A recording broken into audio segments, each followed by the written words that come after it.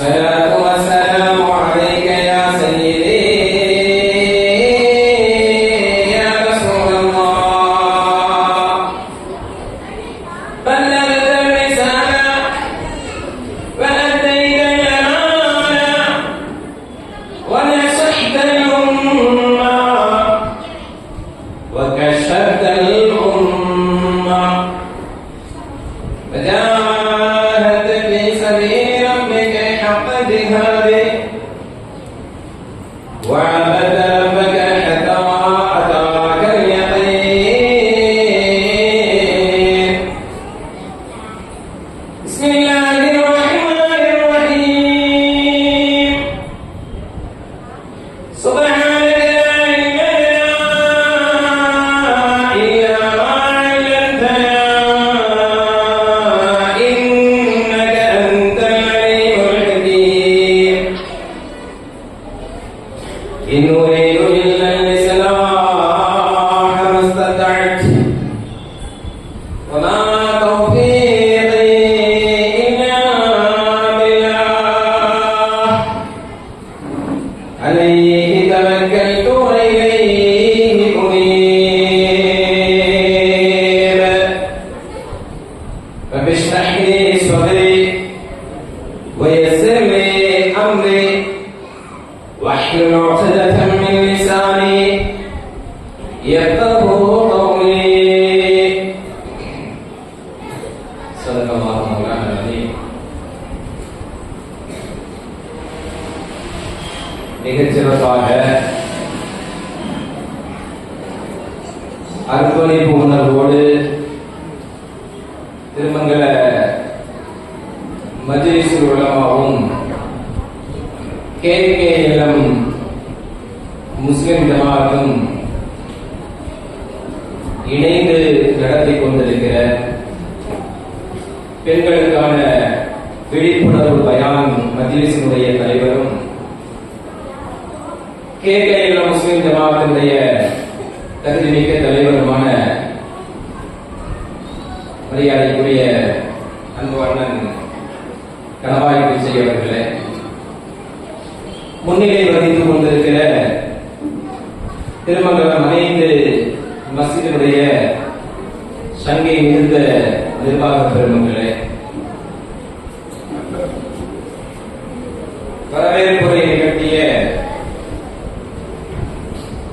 சாலிம் யூசுப் ஹசரத் அவர்களே, கிராத் ஓதிய அருமையான நண்பர் முஜீபுர் ரஹ்மான் சைதி ஹசரத் அவர்களே, மிக அற்புதமான ஒரு எழுச்சி உரையை நமக்கு அளித்த அன்பு சகோதரர் யாசீன் பைசி ஹசரத் அவர்களே, இங்கே தேனீக்கள் போன்று சுறுசுறுப்போடு மிகச் சிறந்த சேவை செய்து கொண்டிருக்கிற மஜ்லிஸுல் உலமாவினுடைய சங்கி மிகுந்த உலமா பெருமக்களே, சமுதாய பெரியவர்களே, ஜமாத்தார்களே, இளைஞர் பெருமக்களே, வருங்கால சந்ததிகளே, நாங்கள் எல்லாம் பிறந்து வளர்ந்து படித்து பட்டம் பெற்று ஆளாகி நாங்களும் இந்த சமூகத்தில் மனிதர்கள் என்று தலை நிமிர்ந்து நிற்பதற்கு அல்லாஹ் ஒரு காரணமாக ஏற்படுத்தி தந்த எங்களை ஈண்டெடுத்த எங்களை அன்பு தாய்மார்களே, வருங்கால தாய்மார்களான சகோதரிகளே, எல்லாம் அல்ல அல்லாஹ்வுடைய அன்பும் அருளும் நம்முடைய உயிருக்கு உயிரான உயிரினும் மேலான கண்மணி அஷ்ரஃபுல் கல்வி முஹம்மது முஸ்தபா அப்படின்னு சொல்லும்போது ஸல்லல்லாஹு அலைஹி வஸல்லம் சொல்றாங்க.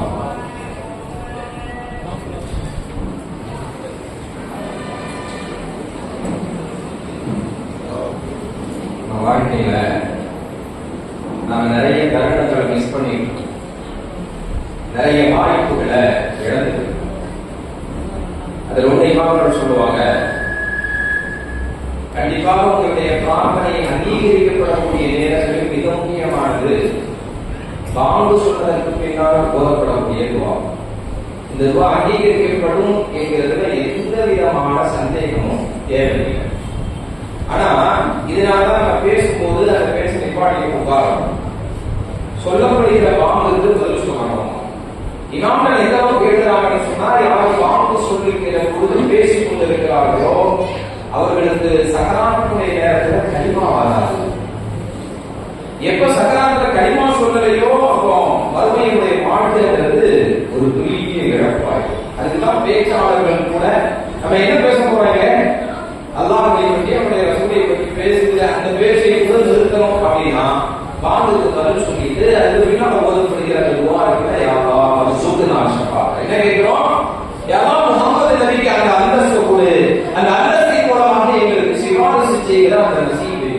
நாளை மறுமையில மகஷர்ல அங்க போய் நிற்கும் போது இந்த சூரிய வெப்பத்தினுடைய கடுமையான சூடுல கதித்துக் கொண்டு இருக்கிற பொழுது ஏற்கனவே திருமணத்துல சொல்லி இருப்பேன் நினைக்கிறேன். மகஷருடைய பெருமணிங்கிறது சாதாரணமானதல்ல. பூமியை விட 13,000 கோடி மடங்கு மிகப்பெரிய சூரியன் பூமி இருக்கிற பூமி 13,000 பூமியை சூரியனை வைக்கலாம் அப்படின்னா சூரியன் எவ்வளவு பெருசு. அந்த சூரியன் சுட்டரித்துக் கொண்டு இருக்கக்கூடிய அந்த சூரியன் ஒரு செகண்டுக்கு 1.5 லட்சம் டிகிரி செல்சியஸ் அளவுக்கு கடுமையான வெப்பத்தை உதிர்த்துக் கொண்டிருக்கக்கூடிய அந்த சூரிய கதிர்வீச்சுகள் நேரடியாக ஓசோன் படலத்தில் ஓட்டை விழுந்து அது நம்முடைய சரீரத்தை தாக்கினால் கோளை தாக்கினால் ஸ்கின் கேன்சர் வருது. பிரெயினை தாக்கினா பிரெயின் டியூமர் வருது. வயிறை தாக்கினா நரம்புல கேன்சர் வருது. குடலை தாக்கினால் குடல்ல கேன்சர் வருது. அல்லாஹ் பாதுகாக்கிறோம். ஈரலை தாக்கினால் வாய்தல் கேன்சர் வருது. அந்த சூரிய கதிர்வீச்சுகள் நேரடியாக வந்து தாக்குகிற பொழுது அதனால் ஏற்படக்கூடிய அந்த நோயினுடைய பலி என்ன தெரியுமா? நீங்க வேற எல்லா வியாதிகளுக்கும் போய் ஆறுதல் சொல்லிடலாம், கிட்னி ஃபெயிலியரா டயாலிசிஸ் பண்ணி சரியாயிடும், மீண்டு வந்துடலாம், இல்ல டிரான்ஸ்பிளான்டேஷன் பண்ணி நம்ம சரி பண்ணிடலாம்னு சொல்லலாம். ஆனா கேன்சர் பேஷண்ட்டுக்கு கொடுக்கக்கூடிய ரேடியேஷன் இருக்கிறதே அந்த வலியை தாங்க முடியாம அவர்கள் எல்லாம் சொல்வது என்ன தெரியுமா? ஒன்னே ஒன்று துஆ செய்யுங்க ஹஸ்ரத், அல்லாஹ் சீக்கிரமா என்னுடைய உயிரை எடுத்துறட்டும். ஏன்னா இந்த வலியை இந்த வேதனையை எங்களால தாங்க முடியல. சூரிய கதிர்வீச்சுகள் ஏறத்தாழ 15 லட்சம் கோடி கிலோமீட்டர்களுக்கு அப்பால் சுட்டரித்துக் கொண்டிருக்கக்கூடிய சூரிய கதிர்வீச்சுகள் இப்படி தாக்குகிற பொழுது அந்த வேதனையை தாங்க முடியாமல் தவித்துக் கொண்டிருக்கிறோம் என்று சொன்னால் நாளை மறுமையில மஹ்ஷர்ல அந்த சூரியனுக்கும் நமக்கும் மத்தியில ஒரே ஒரு சுருமா பூச்சியின் அளவு சுண்டுவிரலின் அளவுதான் அந்த டிஸ்டன்ஸ் இருக்கும். நமக்கும் சூரியனுக்கும் மத்தியில அந்த கதிர்வீச்சுகள் நேரடியாக உடம்பை தாக்குகிற பொழுது அந்த வேதனையை தாங்க முடியாமல் துடித்து துடித்து கதறி அழுது அங்குமிங்கும் ஓடிக்கொண்டிருக்கிற நேரத்தில் அந்த நேரத்தில் உங்களுக்கு ஆறுதல் தேடுவதற்காக நோயில அவதிப்படும் போது துடிக்கும் போது கதறும் போது கெஞ்சும் போது ஒரு கணவனின் அரவணைப்பு உங்களுக்கு இருந்தால் எவ்வளவு ஆறுதலா இருக்கும். என்ன வேதனையாக இருக்கட்டும் அந்த வேதனையில உங்க கணவன் அவர் உங்களை மார்போடு அழைத்துக் கொண்டு நான் இருக்கிறேமா அப்படின்னு ஆறுதல் சொல்வது இருக்கிறது. அது எவ்வளவு பெரிய ஆறுதல். ஒரு மனைவி நான் இருக்கிறேங்க எல்லாம் சரியாயிருங்க நான் பார்த்துக்கிறேன் அப்படின்னு சொல்லுகிற ஒரு மனைவி இருந்தால் எவ்வளவு ஆறுதலாக இருக்கும். அழுது கொண்டிருக்கிற குழந்தைக்கு ஆறுதலாக நீங்கள் தோளில் தூக்கி அப்படியே கட்டி கொடுத்து அவனை உறங்க வைக்கிற பொழுது அந்த குழந்தைக்கு எவ்வளவு ஆறுதலாக இருக்கும். நான் நோயினால் தவித்துக் கொண்டிருக்கிற பொழுது நம்ம பிள்ளைகள் ஒரு டேப்லெட்டை எடுத்துக் கொண்டு வந்து அது பாராசிட்டமாக விட்டாலும் அதை கொண்டு வந்து ஒரு அரை வந்த தண்ணீரை கொண்டு வந்து டேப்லெட் போடுங்கம்மா வலி சரியாயிடும் என்று சொல்லுகிற பொழுது எவ்வளவு ஆறுதலாக இருக்கும். நாளை மறுமையில் இந்த கொடூரமான நேரத்தில் கணவன் மனைவியை பார்த்தார், மனைவி கணவனை பார்த்தார், தாய் பிள்ளையை பார்த்தார், பிள்ளை தாயை பார்த்தார், விரண்டு ஓடுவார்கள் என்று குர்ஆன் சொல்லுகிறது. ஒருத்தர் ஒருத்தர் பார்த்துட்டா அந்த நேரத்தில் ஆறுதல் சொல்லாம ஓடுவாங்களாம். மனைவியை பார்த்து விரண்டு ஓடுகிற கணவன், கணவனை பார்த்து விரண்டு ஓடுகிற மனைவி, பிள்ளையை பார்த்து விரண்டு ஓடுகிற பெற்றவர்கள், பெற்றவர்களை பார்த்து விரண்டு ஓடுகிற பிள்ளைகள். அந்த நேரத்தில் ஒரு சொட்டு தண்ணீர் கிடைச்சா நல்லா இருக்குமே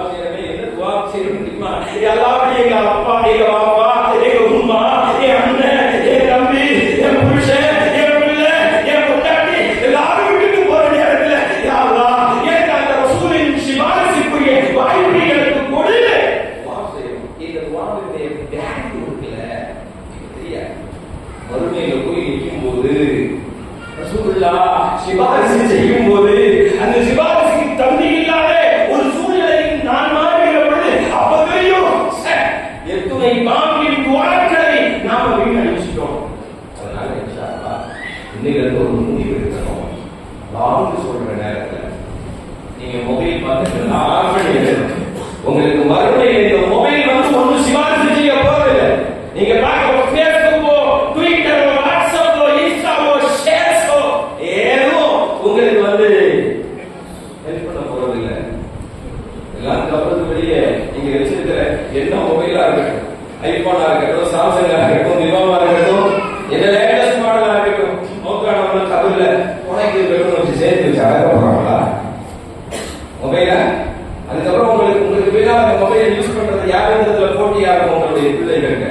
அதனால மொபைல ஆஃப் பண்ணி வச்சு டிவி ஏதாவது பார்க்க மாட்டீங்கன்னு எனக்கு தெரியும்.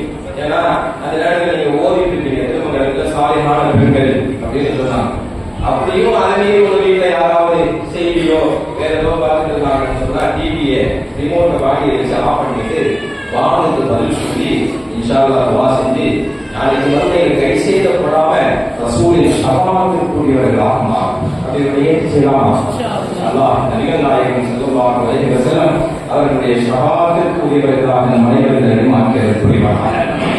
அல்லாஹ்வுடைய அன்பும் அருளும் அஷ்ரஃபுல் ஹல்கி முஹம்மது முஸ்தபா ஸல்லல்லாஹு அலைஹி வஸல்லம் அவர்களுடைய அன்பும் ஷஃபாஅத் இங்கே கொடுத்து இருக்கிற நம் மீதும், நம்மை சார்ந்தவர்கள் மீதும், நாம் நேசிப்பவர்களின் மீதும், நம்மை நேசிப்பவர்களின் மீதும், துஆவை வசியத்து செய்தவர்களின் மீதும் என்றென்றும் உண்டாகட்டுமாக என்கிற நல்ல பிரார்த்தனையோடு ஆரம்பிச்சேன்.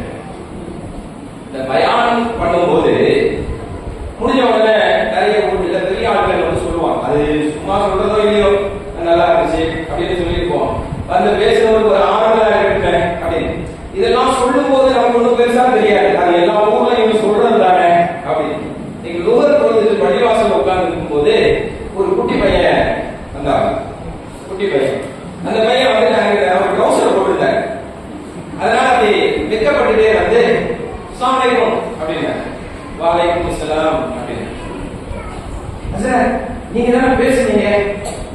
ஆமா நான் தான் பேசுறேன். நல்லா பேசுனீங்க சார், நல்லா இருந்துச்சு அப்படின்னு சொல்ல எனக்கு அப்படியே குளிர்ந்து போச்சு. அவன் பாராட்டினது இல்லை, அவன் பாராட்டினது இல்லை, அவனுடைய மனசுல அந்த பேச்சு ஏதோ ஒரு தாக்கத்தை ஏற்படுத்தி இருக்கல. எனக்கு என்னன்னா ரசூலுல்லாஹ்வை கொண்டு போய் இந்த இளம் தலைமுறைக்கு ஒரு ரோல் மாடலா காட்டணும். அவன் எல்லாத்தையும் விட்டுட்டு ரசூலுல்லாஹ்வை ரோல் மாடலா வைக்கணும். அவனுடைய மனசுல ரோல் மாடல் யாருன்னா ரசூலுல்லாஹ்வை சொல்லணும்.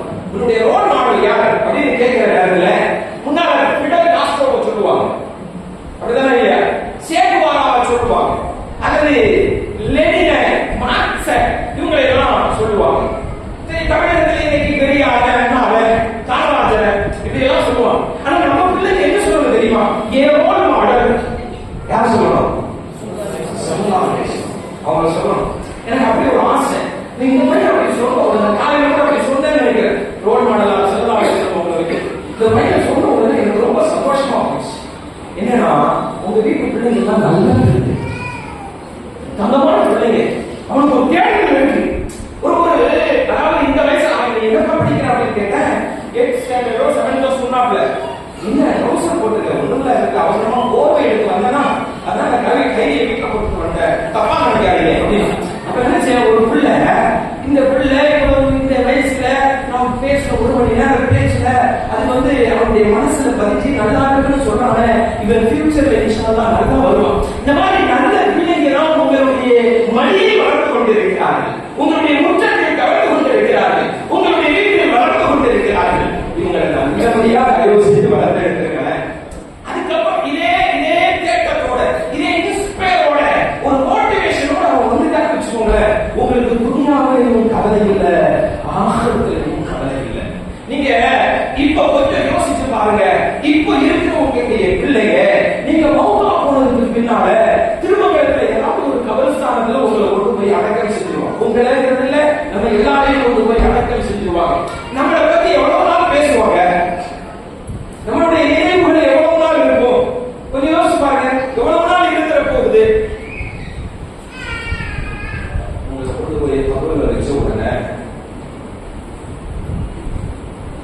கபர் உங்களுக்கு வருது, கபர் உங்களை வருது.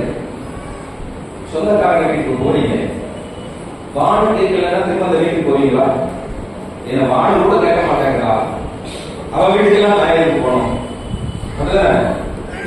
இருக்கா? நம்ம எல்லாரும் மரியாதை தலைவாசல் விரியாவே அப்படின்னு சொல்லி இருக்கிறாரு அப்படின்னு எல்லாம் சொல்லிருக்கோம்.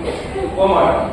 கல்யாண வீட்டுக்கு போறோம், கண்டுகளே இல்லை, திரும்ப போமா என்ன செய்ய மாட்டோம். நம்ம எங்க மதிக்கலையோ அங்க போக மாட்டோம். அதே மாதிரிதான் பூமிக்கு ஒரு பண்பு இருக்கு.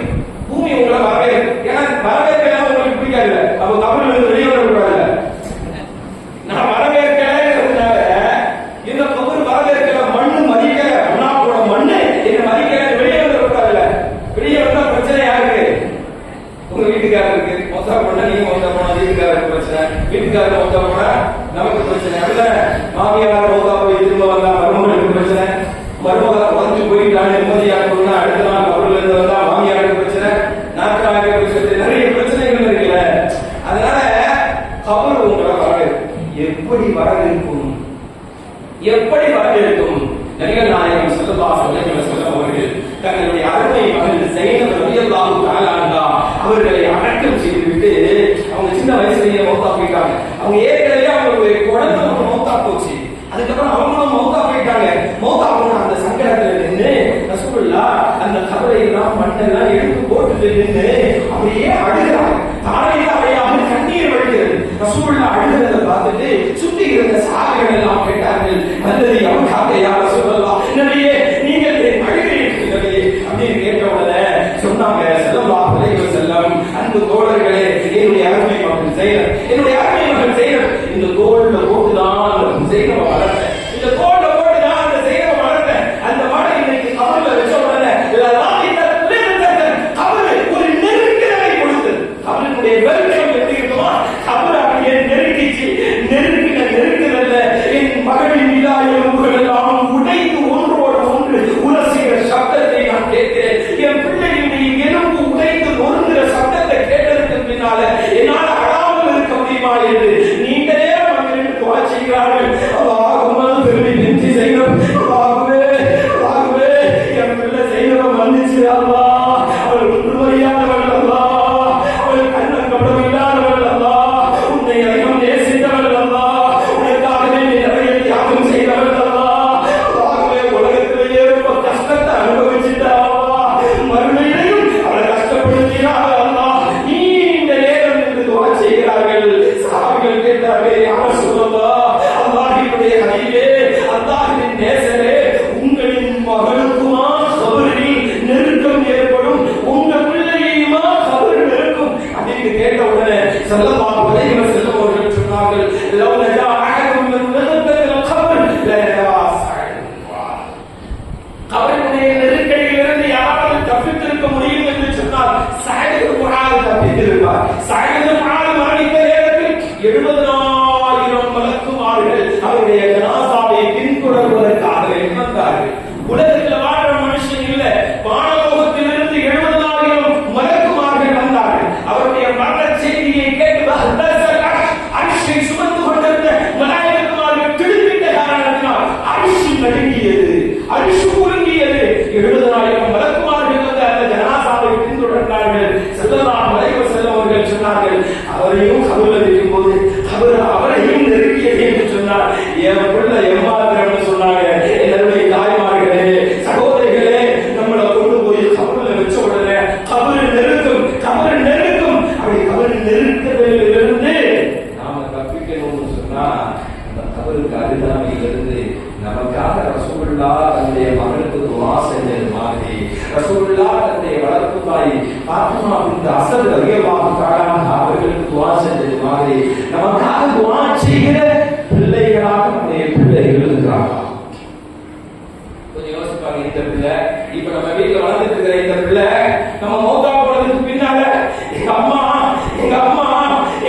இருக்காங்கல்ல, நான் வீட்டுல இருக்கிறது எங்க அம்மாவுக்கு பிடிக்காது, எனக்கு காய்ச்சல்னா எங்க அம்மா குடிச்சிரும், நான் பசியில் இருக்கிறத எங்க அம்மா பொறுத்துக்க மாட்டாங்க, எனக்கு வேர்க்குதுன்னா கரண்ட் இல்லைனாலும் கூட விசிறியை விட்டு வீசிக்கொண்டே இருப்பார்கள்.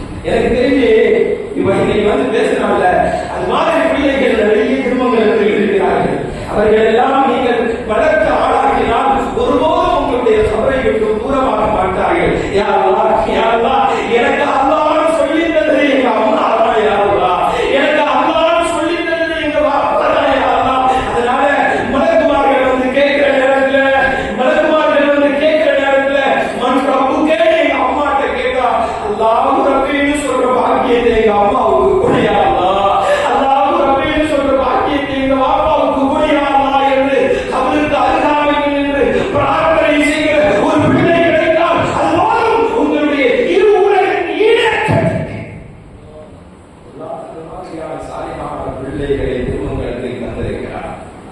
நாம தான் அவர்களை சரியான முறையில வளர்க்காம அதுக்கப்புறம் தஞ்சாவூர் அடிமை ஆயிட்டான், அதுக்கப்புறம் போதைக்கு அடிமை ஆயிட்டான், அதுக்கப்புறம் யாரு கூடயோ நம்ம அந்த பிள்ளை நம்ம பிள்ளை ஓடி போச்சு.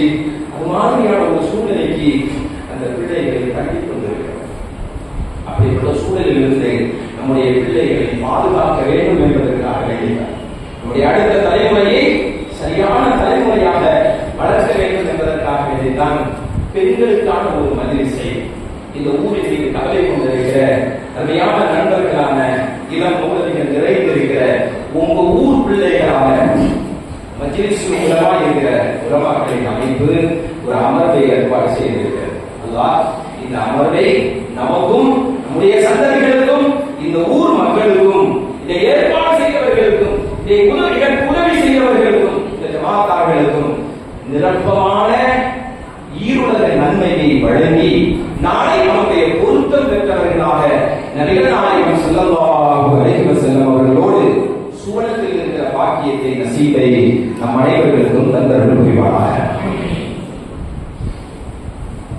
என்ன செய்யணும் அப்படின்னா நம்ம யாருங்கிறத புரிஞ்சுக்கணும். நம்ம யாருங்கிறத புரிஞ்சுக்கணும். நம்ம யாரு, நமக்கு எல்லாம் கவலை இருக்குது.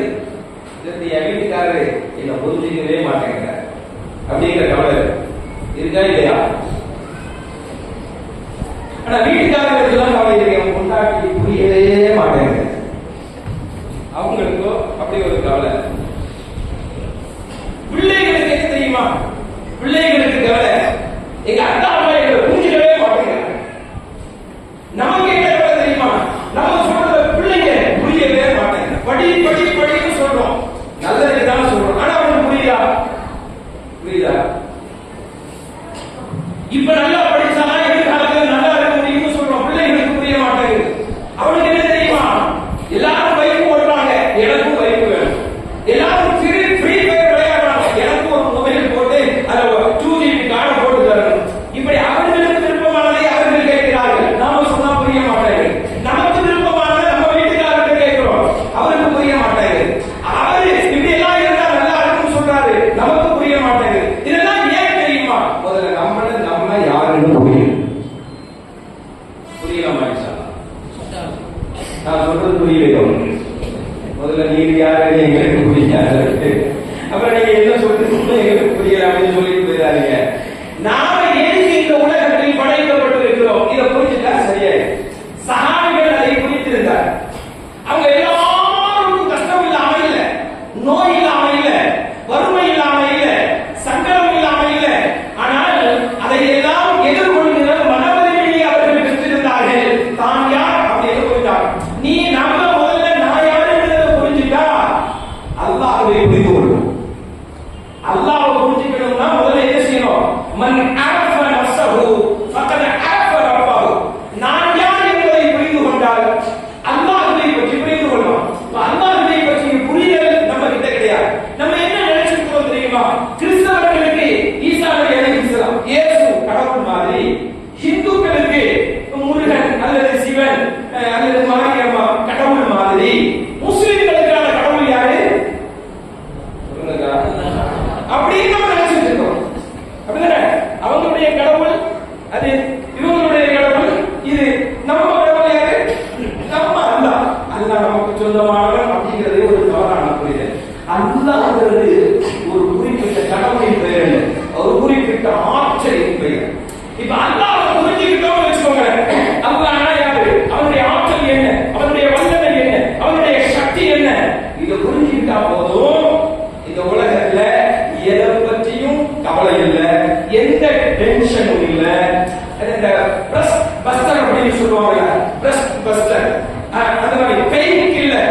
பெயின் இருக்கும், எல்லாரும் பெயின் இருக்கும்ல, அந்த பெயின் தெரியாம இருக்கிறதுக்கு தான் பெயின் கில்லர் டேப்லெட் சாப்பிடும். அதே மாதிரி அல்லாஹ்வை புரிந்து கொண்டார், அல்லாஹ்வுடைய நேசம் நம்முடைய மனசுல வந்துருச்சுன்னா அவனுடைய இருக்கிறத எல்லாத்தையும் செய்யணும். அதுக்கு முதல்ல நம்மளை புரியணும், நம்மளை புரிஞ்சுக்கிட்டா அல்லாஹ்வை புரிஞ்சிடும். அதுக்கப்புறம் இந்த உலகத்துல எந்த பிரச்சனையும் இருக்காது, எந்த விஷயத்திலையும் நம்ம வழிகட்டு போகணும். சமூகம் வழிகட்டு போறாங்கிறதுனால பெரிய பிரச்சனை.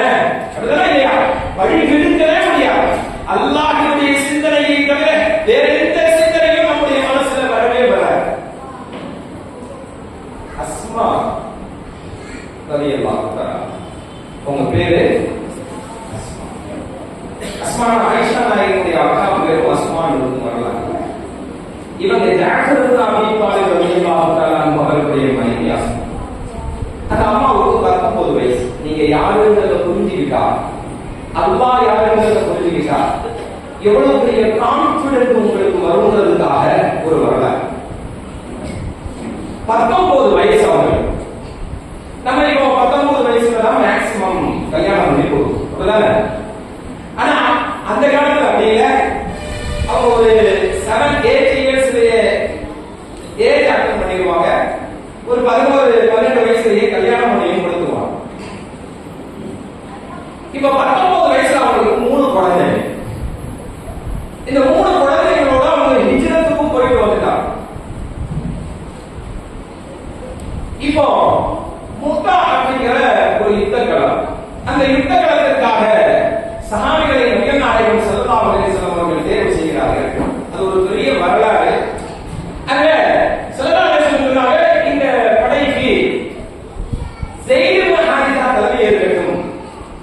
அவருக்கு ஏதாவது இஷ்யூனா ஜாஃபர் இப்னு அபீ தாலிப் தலைமை ஏற்கட்டும். அவருக்கும் ஏதாவது இஷ்யூனா அப்துல்லாஹ் இப்னு ரவாஹா தலைமை ஏற்கட்டும் ரலியல்லாஹு தஆலா. அவருக்கும் ஏதாவது இஷ்யூனா அதுக்கப்புறம் நீங்களா சேர்ந்து ஒரு தளபதியை முடிவு செய்து கொள்ளுங்கள் அப்படிங்கிறார். இதை கேட்டுக்கொண்டிருக்கிற அந்த சபையில் இந்த 3 பேருமே இருக்கிறார். யாரு? ஸெய்த் இப்னு ஹாரிஸா, ஜாஃபர் இப்னு அபீ தாலிப், அப்துல்லாஹ் இப்னு ரவாஹா ரலியல்லாஹு தஆலா 3 பேர் இருக்கிறார். அப்பவே முடிவு பண்ணிட்டாங்க, இந்த போர்க்களத்துல போய் நம்ம திரும்ப வர போறது இல்லை. ஏன்னா ஸல்லல்லாஹு அலைஹி வஸல்லம் இவருக்கு ஏதாவது ஆச்சுனா, இவருக்கு ஏதாவது ஆச்சுனா, இவருக்கு ஏதாவது ஆச்சுனா அப்படின்னு சொன்னாலே என்ன ஆயிடும்? அவருக்கு ஏதோ ஆக போகுது, அப்படிதான் இல்லையா? போயிட்டாங்க. போயிட்டு ஒரு 6 மாசம், அது நீண்ட தூரம் பயணம் பண்ணதுனால ஒரு 6 மாசம் ஆகுது. போர்க்களத்துல ஜெயிச்சிருவாங்க. திரும்ப 6 மாசத்துக்கு அப்புறம் மதீனாவுல ஒரு பெரும் கூட்டம் ரிட்டர்ன் வருது. அப்ப மதீனா எப்படி இருக்கும்?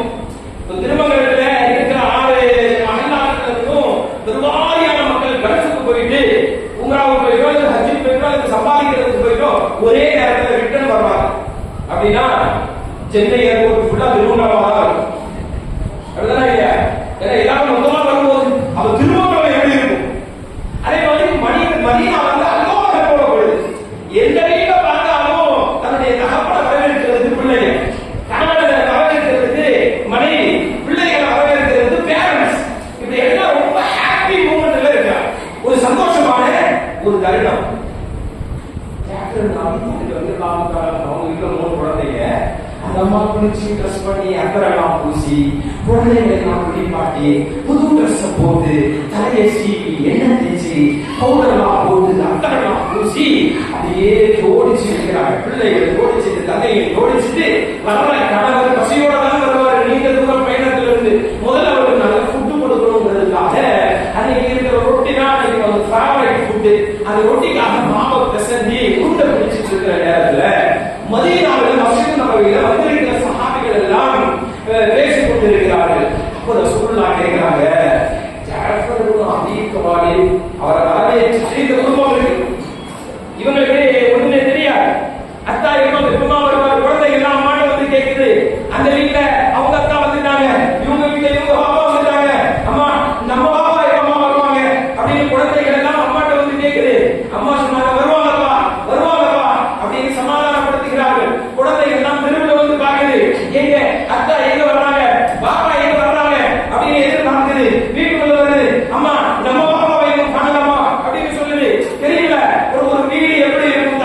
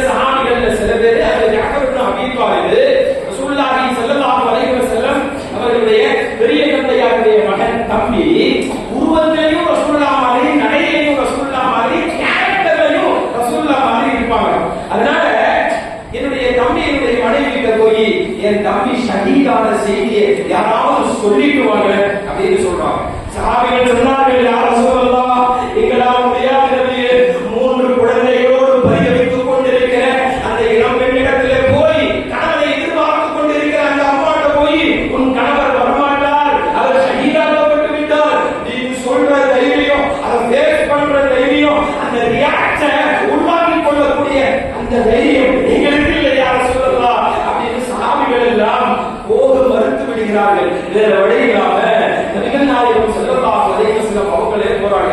மஸ்ஜித் நபவியிலிருந்து ஜாஃபர் இப்னு அபீ தாலிப் ரலியல்லாஹு தஆலா அன்ஹு அவர்களுடைய வீட்டை நோக்கி ரசூலுல்லாஹ் போறாங்க.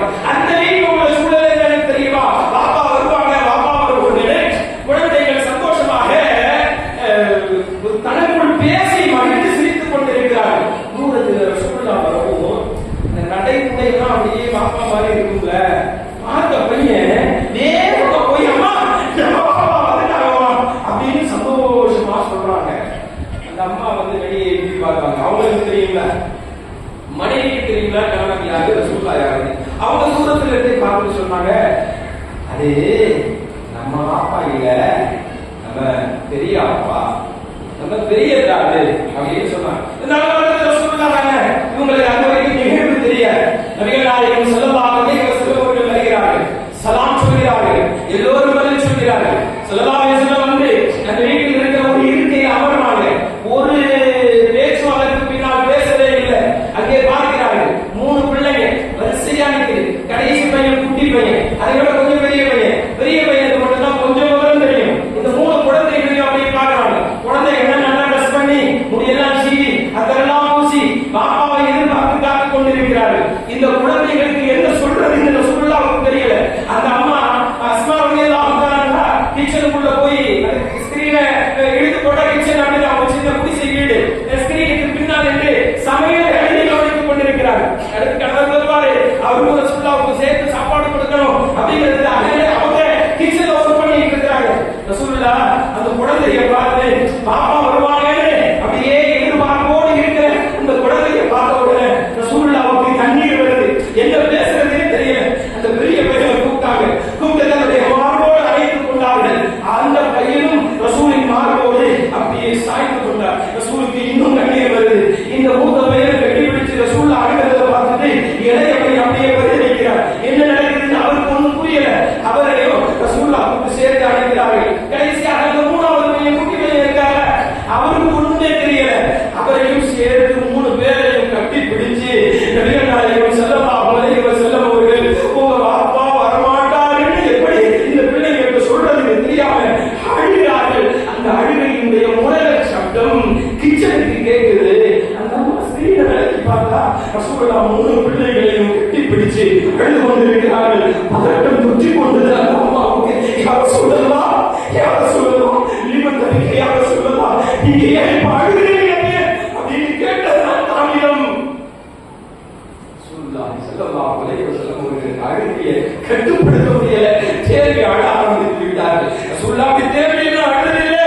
ஆனால் தம்பியினுடைய மனைவிக்கு என்ன பதில் சொல்ல போகிறோம், இந்த 3 குழந்தைகளை எப்படி ஆறுதல் படுத்த போகிறோம் என்கிற ஒரு சூழலை ரசூலுல்லாஹ் ஆரம்பிச்ச உடனே அந்த மாதிரி சொல்லலாம், போர்க்களத்திற்கு சென்ற உங்களுடைய நம்பிக்கை என் வீட்டுக்காரருக்கு ஏதாவது பிரச்சனையாகவே, ஏதாவது பிரச்சனையாகவே நபிகள் நாயகம் ஸல்லல்லாஹு அலைஹி வஸல்லம் அவர்கள் அதுகொண்டே சொன்னார்கள், ஆமா என் தம்பி உன் வீட்டுக்காரர் இங்கே திரும்ப வரமாட்டாரு, அவர் ஷஹீதாகிவிட்டார், அவர் சுவனத்தினுடைய தாரைகளில் அவருடைய ரூஹ் சுவனத்தை வட்டமிட்டு பறந்து கொண்டிருக்கிறது. இப்படி ஒரு செய்தியை 3 பிள்ளைகளோடு இருக்கிற 19 வயசு பெண்மணிக்கு சொல்லப்பட்டால் அந்த தாயின் சூழ்நிலை எப்படி இருக்கும்? அந்த அம்மா கையில வச்சிருந்த மாவை கீழே போட்டுட்டு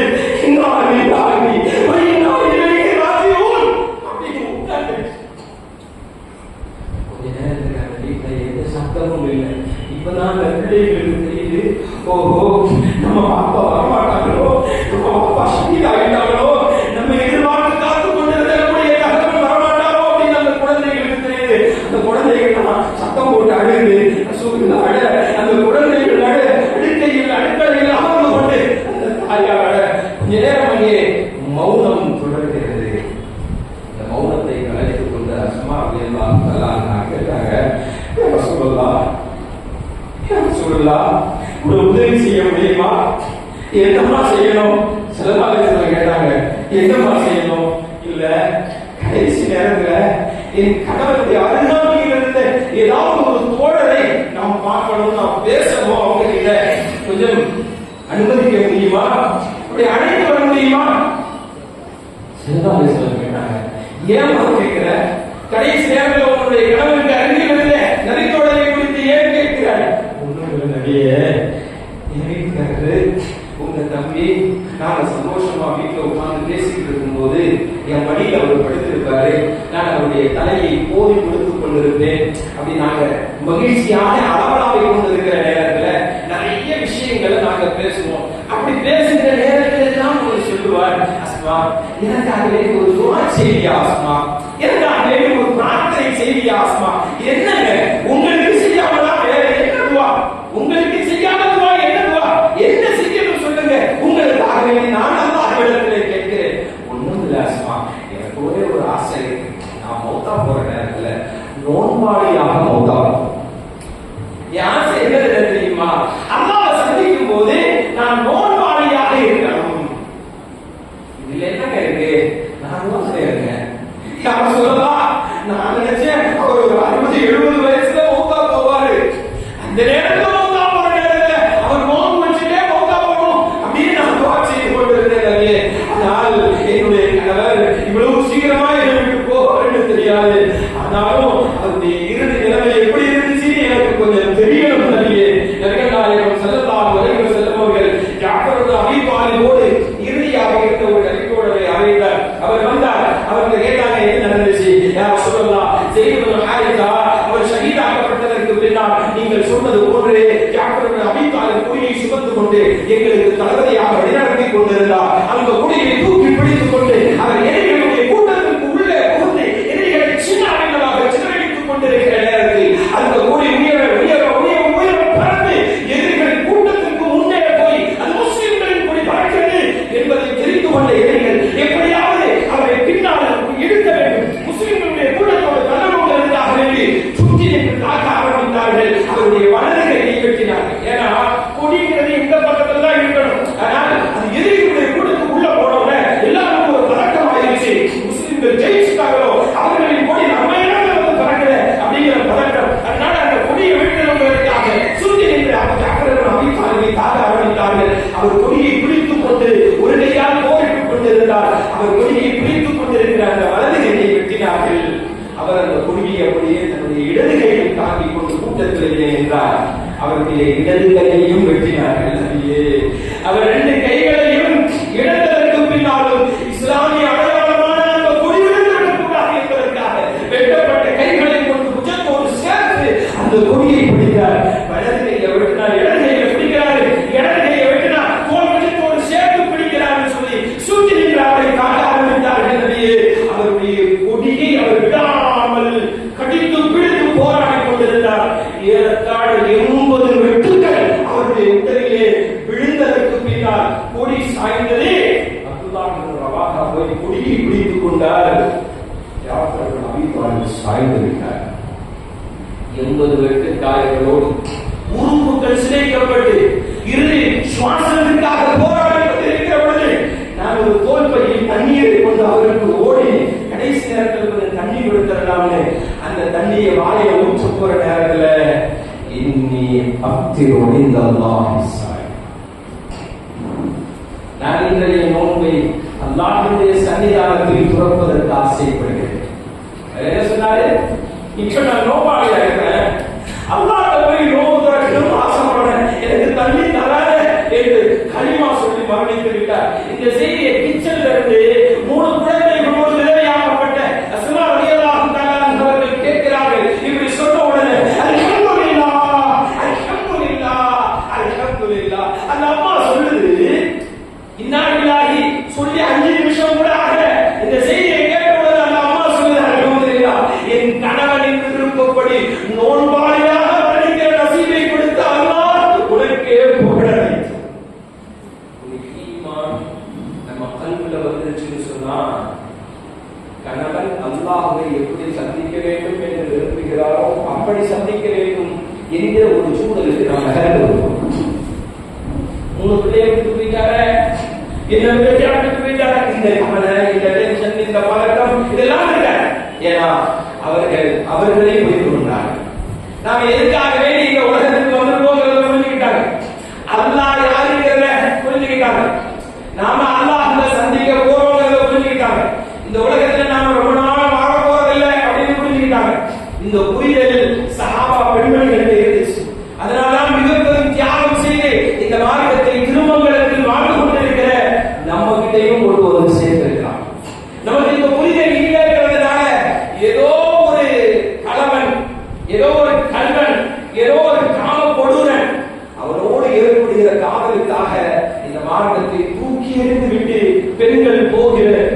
சூழல் இன்னைக்கு சமூகத்தில் பெருகி வருகிறது.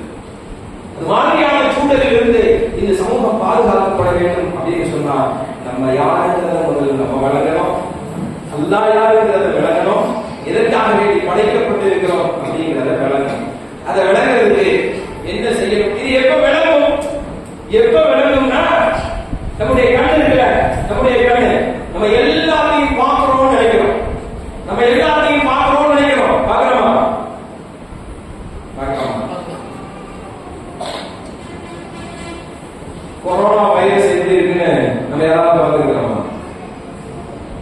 இல்ல இல்ல. அப்ப எல்லாத்தையும் எங்க பார்க்கிறோம்? சில விஷயத்தை லென்ஸ்ல பார்க்க முடியும், சில விஷயத்தை மைக்ரோஸ்கோப்ல பார்க்க முடியும். ஆனால் 70,000 கேலக்சிஸ் ஃபேமிலி இந்த யூனிவர்ஸ்ல இருக்கிறதா சயின்ஸ்ல நம்ம பிள்ளைங்க படிக்கிறோம்.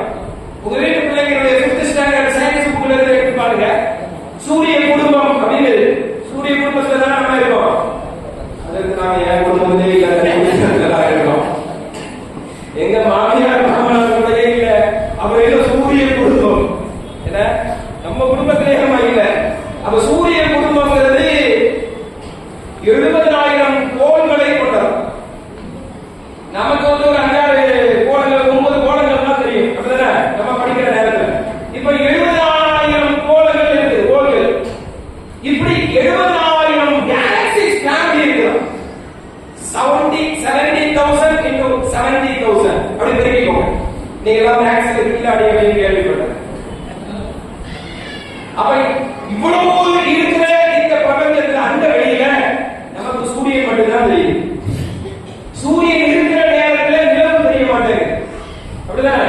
ராத்திரி ஆனாதான் நிலவு தெரியும். அப்ப 70,000 கோள்கள் இருக்கிற 70,000 கேலக்சிஸ் ஃபேமிலி இருக்குது, நம்மளால பார்க்க முடியல. இப்போ நம்முடைய கண்கள் மூடப்பட்டு இருக்கு. இது எப்ப திறக்கும் தெரியுமா?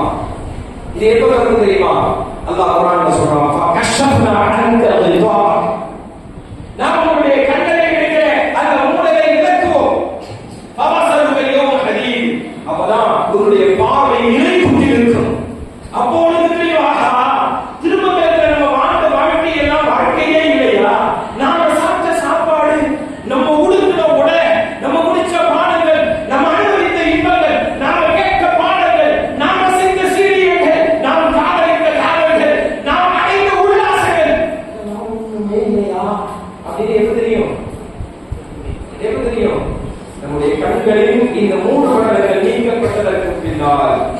இப்ப எல்லாமே நமக்கு இப்ப எது இன்பமோ அது மட்டும்தான் தெரியும். அது தெரியாததுனாலதான் அதை பார்க்காம இருக்கிறோம். அதை பார்த்ததற்கு பின்னால அந்த 3 வருடங்கள் நீக்கப்பட்டதற்கு பின்னால் நம்ம யாருங்கிறது தெரியும், அல்லாஹ் யாருன்னு தெரியும், கபர்னா என்னன்னு தெரியும், மஹ்ஷர்னா என்னன்னு தெரியும், சிராத்னா என்னன்னு தெரியும், நரகனா என்னன்னு தெரியும், சொர்க்கனா என்னன்னு தெரியும். அப்படி எல்லாத்தையும் பார்த்ததற்கு பின்னால அப்ப கேட்போம், அல்லாஹ்வே அல்லாஹ்வே அல்லாஹ்வே எனக்கு ஒரு வாய்ப்பு கொடு அல்லாஹ். திருமங்கலத்துல வாழ்ற நேரத்துல கபரை நம்பலையா அல்லாஹ், நரகத்தை நம்பலையா அல்லாஹ், சொர்க்கத்தை நம்பலையா அல்லாஹ், மஹ்ஷர் நம்பலையா அல்லாஹ், முன்கர் நகீர் நம்பலையா அல்லாஹ், மீசான் நம்பலையா அல்லாஹ். அதுதான் நம்புறோமே. அதுக்கு நீங்க என்ன நம்பலன்னு கேக்குறீங்க? நம்பலன்னு சொல்றீங்க அப்படின்னா நம்பி இருந்தா நம்ம வீட்டுல சீரியல்களே ஓடாது, சினிமாவே நமக்கு தெரியாது, அந்நிய ஆண்களோட எந்த தொடர்பும் நம்முடைய பிள்ளைகளுக்கு இருக்காது, நம்முடைய சமூகத்தில் சிகரெட்டு, கஞ்சா, போதை இதை எந்த பழக்கமும் இருக்காது. நம்புறோம், சொல்றோம், ஆனால் அது உண்மையாக நம்முடைய உள்ளத்துல பதியவேங்கிறதுனாலதான் நாம தொடர்ந்து பொய் சொல்லிக் கொண்டிருக்கிறோம், புறம் பேசிக் கொண்டிருக்கிறோம், ஹராமானதை செய்து கொண்டிருக்கிறோம், ஹராமானதை பார்த்துக் கொண்டிருக்கிறோம். இப்ப எல்லாம் நம்ம கபரை பார்க்கல. கபர்ல போய் ஒரு பொம்பளை கஷ்டப்படுறத பார்த்தா உலகத்துல நாம போய் சொல்லுவோமா? சொல்லுங்க. கபர்ல போய் கஷ்டப்படுறத பார்த்தா நம்ம உலகத்துல போய் சொல்லுவோமா? அப்புறம் புறம் பேசுறத இடத்துல உட்காருவோமா? அப்புறம் ஹராமானதை தொடுவோமா? ஹராமானதை எடுப்போமா? நமக்கு இப்போ கபர்ல மட்டுமே வச்சுட்டா அதுக்கப்புறம் என்ன நடக்குது அப்படிங்கிறது நம்ம பார்க்கல. இந்த கண் 3 கடல்கள் நீக்கப்பட்டதற்கு பின்னால் இது எல்லாத்தையும் பார்த்ததற்கு பின்னால் அல்லாஹ்ட்ட கேட்போம், அல்லாஹ்வே அல்லாஹ்வே வலவலா இல்முஜிமுன அபிசுருசிஹிம் இன்த ரப்பிஹிம். தன்னுடைய தலைகளை கவிழ்த்துக் கொண்டு பாருங்கள், அல்லாஹ்வை பார்க்கிறதுக்கு கூட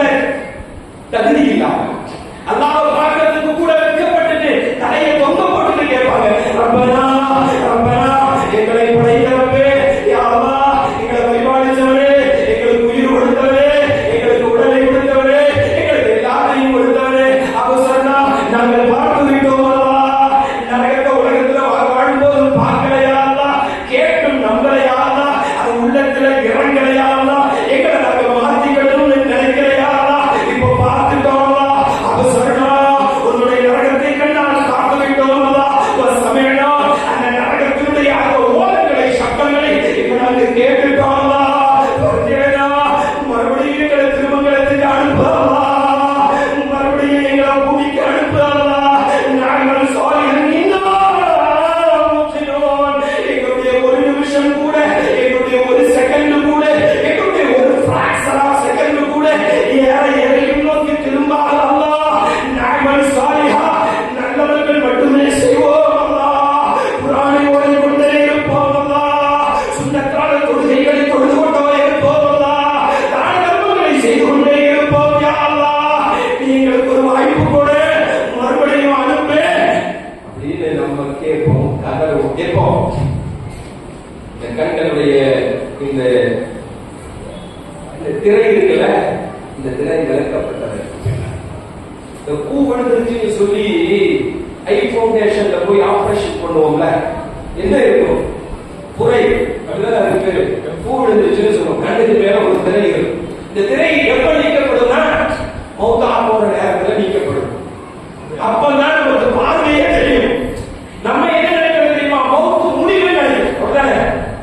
சின்ன வயசுலயே போயிட்டான், சின்ன வயசுலயே போயிட்டான் அப்படின்னு போயிட்டா முடிஞ்சிட்டு நினைக்கிறோம்.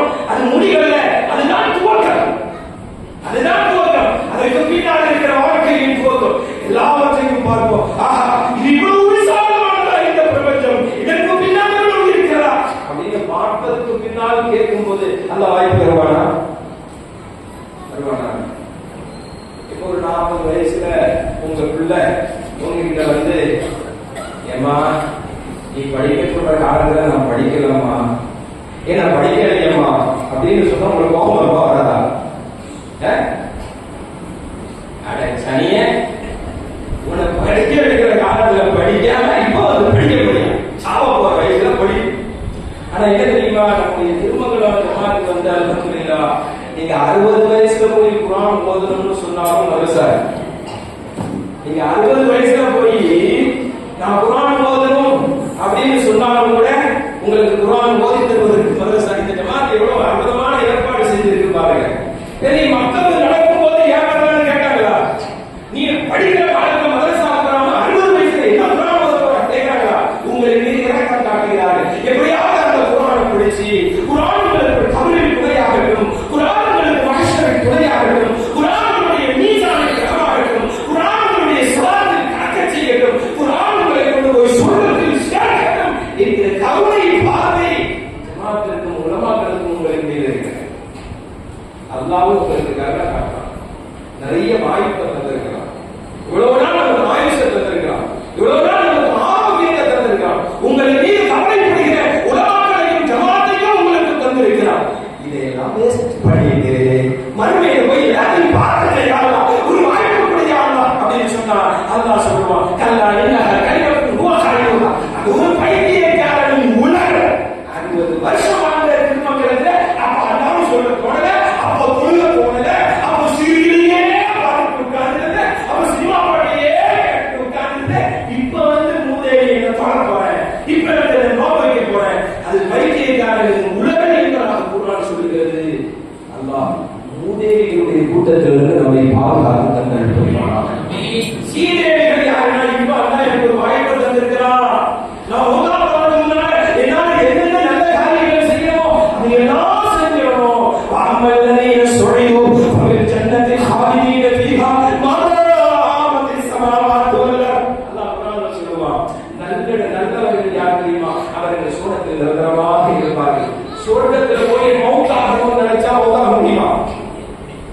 இப்ப வர இந்த எமத்துல இருந்து செத்து தொலையலாம் அப்படின்னு நினைச்சிட்டு நிறைய பேர் சூசைட் பண்றது. அவங்க என்ன நினைக்கிறாங்க, இந்த மௌத்துங்கிறது முடிவுன்னு நினைக்கிறாங்க. மௌத்தாயிட்டா செத்து போயிட்டா எல்லாம் முடிவுன்னு நினைக்கிறாங்க. சாமி என்பது முடிவு இல்ல, அது துவக்கம். உலகத்துல கஷ்டமா செத்து தொலைஞ்சிடலாம்னு நினைக்கிறேன்னு சொல்லலாம். ஆனா மறுமையில சொர்க்கத்துல போய் எனக்கு போதும் இன்பம் யாரா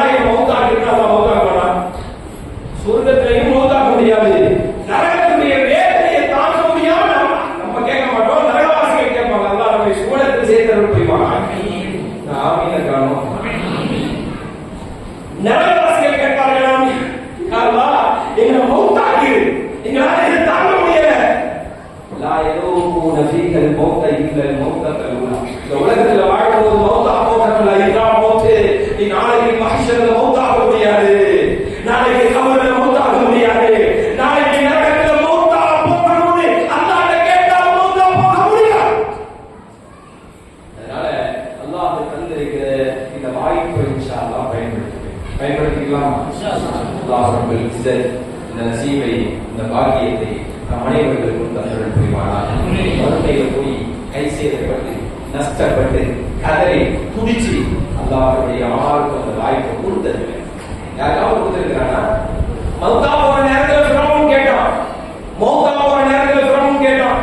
ஃபிரௌன் யாரு தெரியுமா? ஒரு தலைவலி கூட அவனுக்கு வந்ததில்லை, ஒரு காய்ச்சல் வந்ததில்லை, ஒரு பல்வலி கூட வந்ததில்லை. அதனால தான் சொன்னா ரப்புக்கும் ஆலா. மூசா உன் அல்லாஹ் என்ன அல்லாஹ்? உன் அல்லாஹ் கேட்டா அல்லாஹ். நம்ம கேக்குறோம், என்ன அல்லாஹ்? அல்லாஹ் உனக்கு கண்ணே தெரியலையா? நான் கஷ்டப்படுறேன் அப்படின்னு சொல்றோம்ல. அதே மாதிரி ஃபிரௌன் உன் அல்லாஹ் நீ வெச்சுக்கோ, உன் அல்லாஹ் உன் அல்லாஹ் அப்படின்னு சொன்னதுனால ஃபிரௌனுக்கு நைல் நதியில தண்ணி கொஞ்சம் கொஞ்சமா மேல வந்துச்சு, முட்டுக்கு வந்துச்சு, இடுப்புக்கு வந்துச்சு, கழுத்துக்கு வந்துச்சு. அப்போ கூட அவன் நினைக்கல நமக்கு கஷ்டம் வரும்னு நினைக்கல. ஏன் நினைக்கல தெரியுமா? அவனுக்கு கஷ்டமே வந்ததில்லை. அல்லாஹ் ஏன் நமக்கு கஷ்டத்தை கொடுக்குறான்? எதுக்கு கொடுக்குறான்? அல்லாஹ் கூப்பிடணும்ன்றதுக்காக கொடுக்குறான். கஷ்டமே வரலன்னா அவனும் கூப்பிடுவான். நான் சம்பாதிச்சது அப்படிதான் சொல்றோம், நான் வாங்கினது, என் வீடு, என் நகை, என் சொத்து, என் பிள்ளை, நம்ம சொல்றோம். இதெல்லாம் நமக்குள்ளதா? இந்த உயிர் முதல்ல நமக்குள்ளதா? இந்த உடம்பு நமக்குள்ளதா? அல்லாஹ் கேட்பான், பலவலா இருக்கும் கைரவதீனி தர்ஜுனா ஹைக்கும் சாலிகி. சூரத்துல் வாக்கியால கேட்பான், டேய் இந்த உயிர் இருக்குல, நான் பேசிட்டு இருக்கேன்ல, இந்த உயிர் தான் பேசுது. உயிர் பேசுதா உடம்பு பேசுதா? உயிர் இருக்கிறது வரைக்கும் நம்மளும் பேசுவோம். உயிர் போயிருச்சுன்னா நம்மளை பத்தி தான் எல்லாரும் பேசுவாங்க. உயிர் இருக்கிற வரைக்கும் சுப்ஹானல்லாஹ் சொல்லலாம், உயிர் இருக்கிற வரைக்கும் அல்ஹம்துலில்லாஹ் சொல்லலாம், உயிர் இருக்கிற வரைக்கும் நாலு பேரை பார்த்து சலாம் சொல்லலாம். உயிர் போயிருச்சுன்னா எல்லாம் போயிருச்சு. எனக்குள்ளதுன்னு சொல்றோம், எதுவுமே எனக்குள்ளது. அல்லாஹ் கேட்பான், இந்த உயிர் உனக்குள்ளதுன்னு சொன்னா பலவலா இருக்கும் கைரவதீனி, நாம் இதை கடனாக தந்திருக்கிறோம். தர்ஜுனா ஹைக்கும் சாலிகி. நீ உன் உயிர்னு சொல்றியே, அந்த உயிர் போகும்போது நீ பார்க்கல, முடிஞ்சா திருப்பி கொண்டு வரணும் உயிரை. உனக்குள்ளதான் உயிர்னா போற நேரத்துல பிடிச்சு நிப்பாட்டணும் அப்படின்னா நீங்க எந்த டாக்டர்கிட்ட போய் எத்தனை கோடி செலவு பண்ணாலும் போற உயிரை பிடிச்சு நிப்பாட்ட முடியுமா? இந்தியாவிலேயே பெரும் பணக்காரர் யாரு? அம்பானி. அதானியா அம்பானியா ஒரு டவுட்ல இருக்கு. அம்பானின்னு வச்சுக்கோமே, முகேஷ் அம்பானி, அனில் அம்பானி ரெண்டு பேர் இருக்காங்கல்ல, இருக்காங்களா இல்லையாக்கா? எல்லாம் அப்படியேதான் இருக்கீங்க. இந்த ரெண்டு பேருடைய தகப்பனார் இருந்தாங்கல்ல, அவருடைய ஹார்ட் பீட் தான் ஷேர் மார்க்கெட்டுடைய ஏற்ற இறக்கம். அவருடைய ஹார்ட் பீட் நல்லா இருந்துச்சுன்னா ஷேர் மார்க்கெட்டு கூடும், அவர் ஹார்ட் பீட் லோவா இருந்துச்சுன்னா ஷேர் மார்க்கெட்டு டவுன் ஆயிடும். அவங்க அப்பா காலத்துல, ஏன்னா ஷேர் மார்க்கெட்டும் உச்சகட்டத்துல இருந்த அந்த நேரம் அவருக்கு சொந்தமா ஹாஸ்பிட்டல் இருந்துச்சு. மும்பைல சொந்தமா ஹாஸ்பிட்டல் இருந்துச்சு. 400-500 டாக்டர்கள் அந்த ஹாஸ்பிட்டல்ல வேலை பார்த்தாங்க. அவருக்கு சொந்தமா வீட்டு மொட்டை மாடியில ஹெலிகாப்டர் தளம் இருந்துச்சு. ஹெலிகாப்டர்ல வந்து எங்க இறங்குவாரு? அவருக்கு மொட்டை மாடியில இறங்குவார். எப்பவும் அவரை சுத்தி அவருடைய ஹார்ட் பீட்டை செக் பண்றதுக்கு ஒரு மருத்துவ குழு கூடயே இருக்கும். சொந்தமா ஹாஸ்பிட்டல் இருக்கு, ஹெலிகாப்டர் இருக்கு, சுத்தி டாக்டர்கள் இருக்கிறாங்க. வாழ்றாரா? மொத்தம் போயிட்டாரு.